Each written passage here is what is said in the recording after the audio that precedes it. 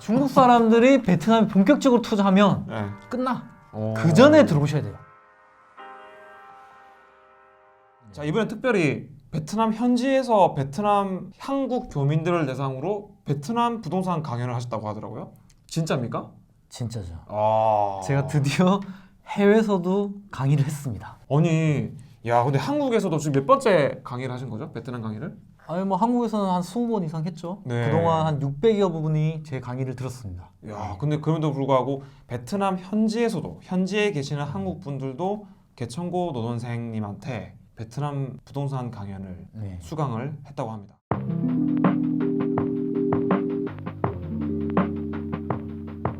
아유, 사실 너무 감사하죠. 왜냐면 어. 당연히 베트남 현지에 계시니까 다 잘 안다 생각했어요. 뭐 그럴 것 베트남 같아. 부동산 내가 굳이 뭐 옆에서 뭐 왈가불가 안 해도 어. 다들 잘 아실지 알고 있었는데 어.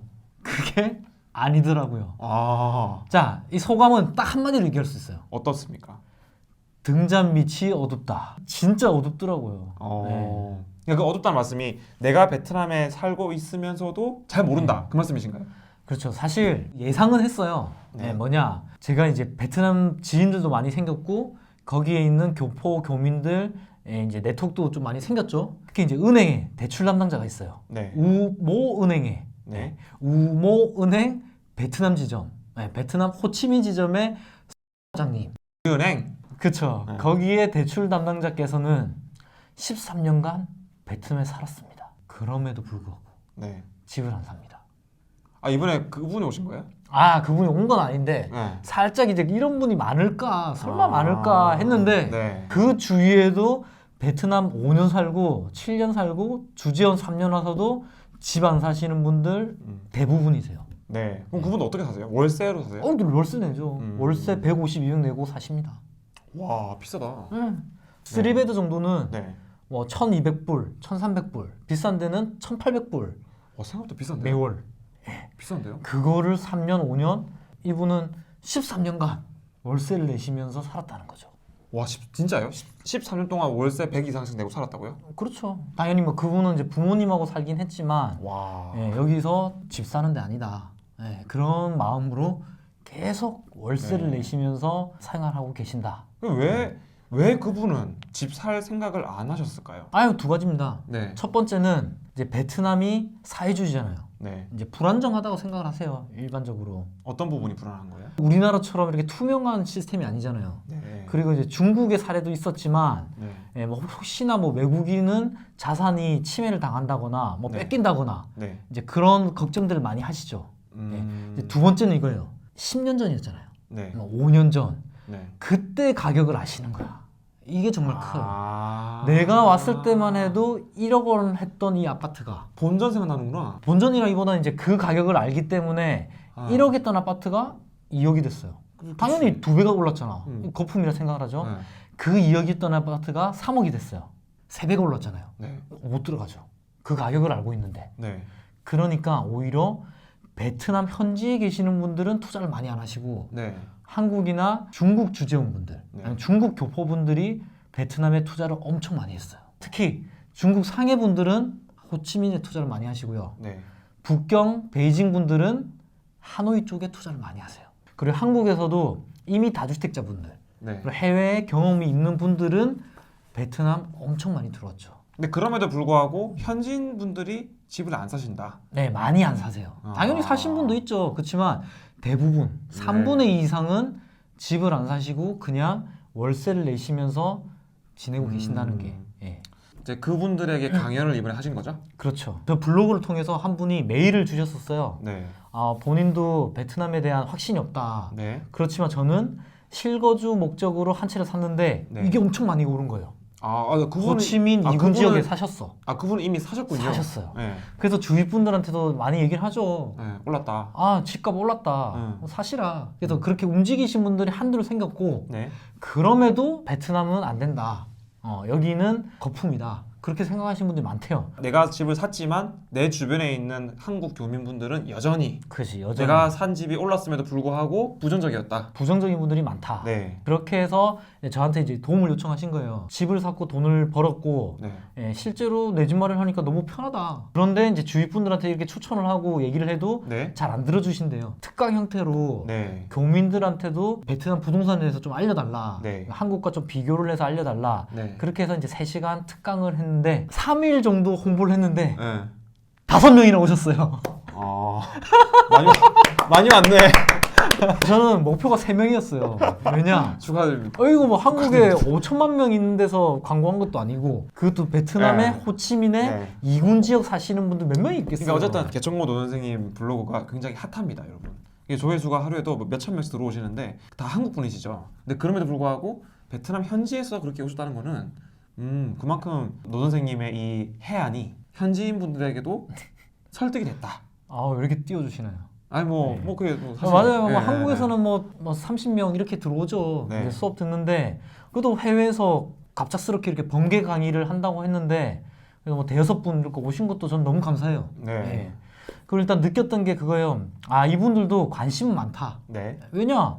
뭐 아까 말씀드린 대로 베트남에 있는 분들은 그렇게 막 움직이시지 않지만 한국이나 중국에서 이미 부동산으로 맛을 보신 분들 이런 분들은 베트남에 되게 적극적으로 투자를 하고 계시죠. 네. 실제로 제가 알고 있는 교포들도 이제는 투자를 좀 해야 된다 생각을 하고 계세요. 네. 그런데도 이런 베트남 부동산에 대해서 좀 팩트만 네. 명확하게 전달을 해주고 교육해주는 그런 시스템이나 그런 교육기관이 없었다. 그게 이제 그동안의 이런 좀 불편한 니즈였던 것 같아요. 네. 실제 뭐 에이전시들이 많이 진출을 했죠. 네. 한국 에이전시도 여기 부동산 에이전시들도 베트남에 많이인데 네. 이분들의 목적은 뭔가요? 중개잖아요. 네. 거래잖아요. 뭐 그 교육하고 이럴 시간이 어딨어.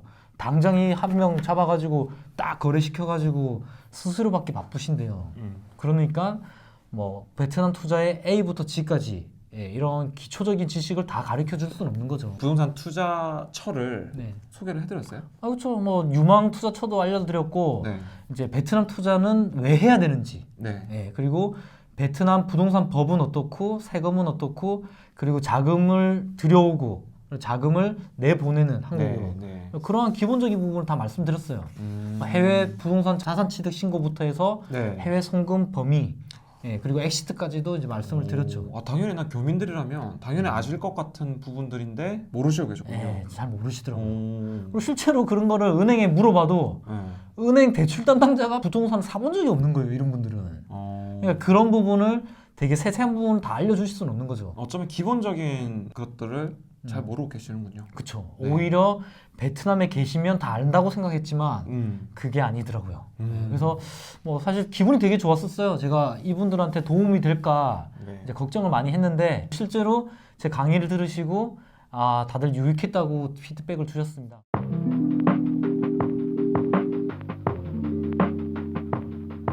부동산을 바라보는 비전, 뭐 해안, 뭐 이런 안목, 시야는 굳이 내가 현지에 살지 않아도 충분히 공부를 통해서 알 수 있다. 맞아요. 이게 이것도 뭐 지식의 저주라고도 할 수 있어요. 내가 이 지역에 살고 이 지역에서 오랫동안 있었던가 너무 잘 아는 거죠. 그럼 그 지역의 단점들을 너무 많이 알아요. 그리고 그동안 가격이 크게 많이 안 올랐다. 이런 이제 프레임이 또 갇혀 있고요. 심지어 서울 같은 경우는 2013년까지도 부동산으로 돈 버는 시대는 끝났다. 서울은 이제는 가격이 안 오른다. 이렇게 그냥 단정을 짓고 계신 분들이 생각보다 많습니다. 그렇죠. 그래서 오히려 그렇죠. 저처럼 지방 분들이 그 지역을 공부를 하셔서 서울에 투자를 많이 하셨어요. 그리고는 뒤늦게 서울 분들이 지방 분들이 샀던 그 부동산을 이제 따라오게 된 거죠. 똑같아요. 베트남도 한국이나 중국에 계셨던 분들이 오히려 베트남 투자를 적극적으로 하시고 이 지역을 많이 아시는 베트남 교민분들은 오히려 조심스럽다는 거죠. 이게 어디나 다 똑같이 일어나는 현상인 것 같습니다. 중국 사람들이 뭐 시드니, 멜버른, 뭐 밴쿠버, 토론토, 뭐 LA, 뉴욕 휘젓고 다니잖아요. 그분들이 뭐 뉴욕이나 LA를 살아봐가지고 샀을까요? 네. 뭐 시드니, 멜버른을 지역 전문가라서 그 지역에 투자를 할까요? 네. 그게 아니잖아요. 네. 근데 결국 그 외국인들이 돈을 벌어갔다. 예.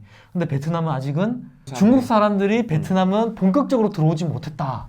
그래서 여기에 기회가 있습니다. 중국 사람들이 베트남에 본격적으로 투자하면 네. 끝나. 오. 그 전에 들어오셔야 돼요. 아, 당연히 이미 빠른 중국 사람들은 들어왔어요. 어떻게? 이거 핵심인데? 네, 어떻게? 네. 싱가포르, 말레이시아, 홍콩 같은 음. 화교 자본을 통해서 돌려가지고 들어오지만 아직 중국 본토 사람들이 막 들어오지는 못했어요. 그리고 실제로 베트남 정부에서는 중국 자본을 막고 있는 거예요. 그래서 중국 자본이 들어오기 전에 빨리 한국 사람들이 베트남 찌찌뽕 하셔야 돼요.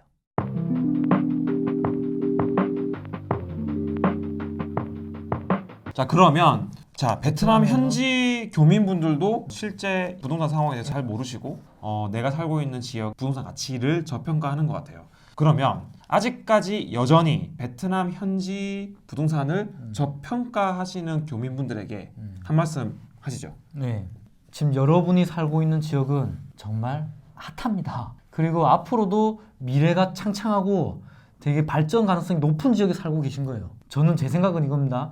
베트남에서 사업을 하시거나 3년 이상을 지내셔야 된다는 분이면 베트남 내 집 마련 하세요. 그냥 하세요, 제발. 네.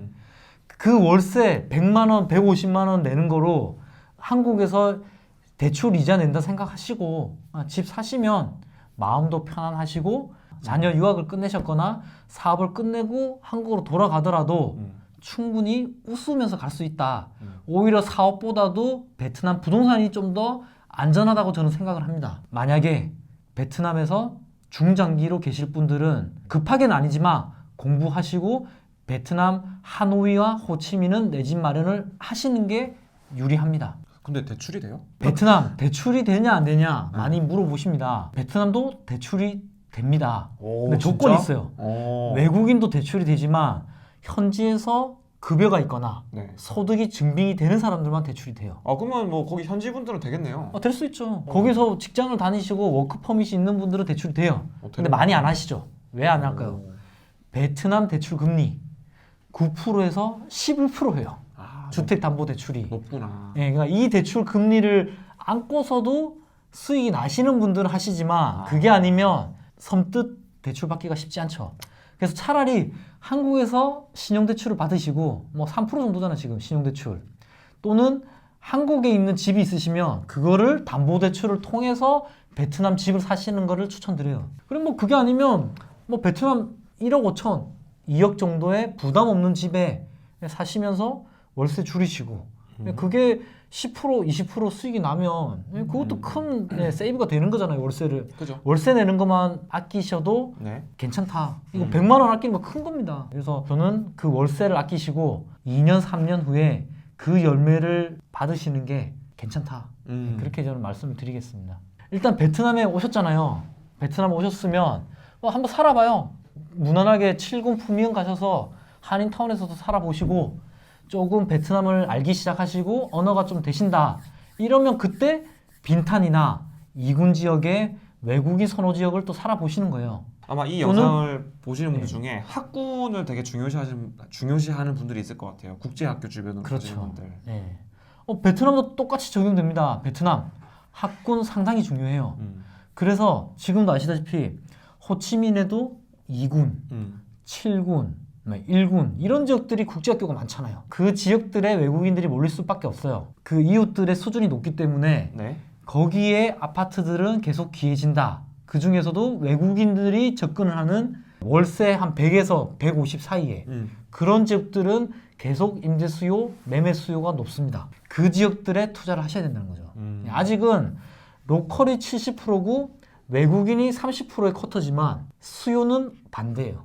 오히려 수요는 70%가 외국인이고요. 네. 그 30%가 로컬이에요. 네. 제가 말씀드리는 아파트들은 말씀드린 대로 최소 1억 5천에서 2억이 넘어가는 외국인들이 선호하는 아파트를 대상으로 말씀드립니다. 아직도 베트남 평균가는요 3천만 원이에요. 3천만 원 집가가 3천만 원, 5천만 원 사이인데 외국인들은 최소한 커뮤니티가 있고 쇼핑몰이 들어올 정도의 1억 5천 이상 되는 아파트에 거주를 하신다는 거죠. 그래서 로컬의 가격과 외국인들이 살고 싶어하는 아파트 가격은 큰 차이가 있다는 거. 이게 이제 베트남 현지 팩트입니다. 이 영상을 보시고 베트남 현지에 계시는 분들도 베트남 현지 부동산 매매에 대해서 긍정적으로 한번 고려해 보시면 좋겠습니다. 이번에 저희 베트남 현지 강의에 오신 우리 교포분들 정말 반갑습니다. 어찌 보면 제가 한국에서 더 많이 살고 베트남에서는 짧게 지내는 그런 라이프 스타일을 가지고 있어서 잘 모른다 생각을 하실 수도 있는데요. 또 저를 믿고 갑작스러운 강의에서도 뜨거운 반응으로 함께 해주셔서 너무 즐거웠고요. 저도 정말 많이 배운 시간이었습니다. 지금은 이제 또 한국에 돌아왔지만 다음 달에 또 베트남 가잖아요. 더 좋은 소식과 한국에서 그 경험과 인사이트로 베트남에서 성공적인 투자를 할 수 있게 제가 도와드리도록 하겠습니다. 이번에는요, 갑작스럽게 번개 형식으로 진행을 했습니다. 다음에는 제가 칠금, 품융, 한인타운으로 찾아뵙겠습니다. 그 품융에서 제가 또 인사드리겠습니다.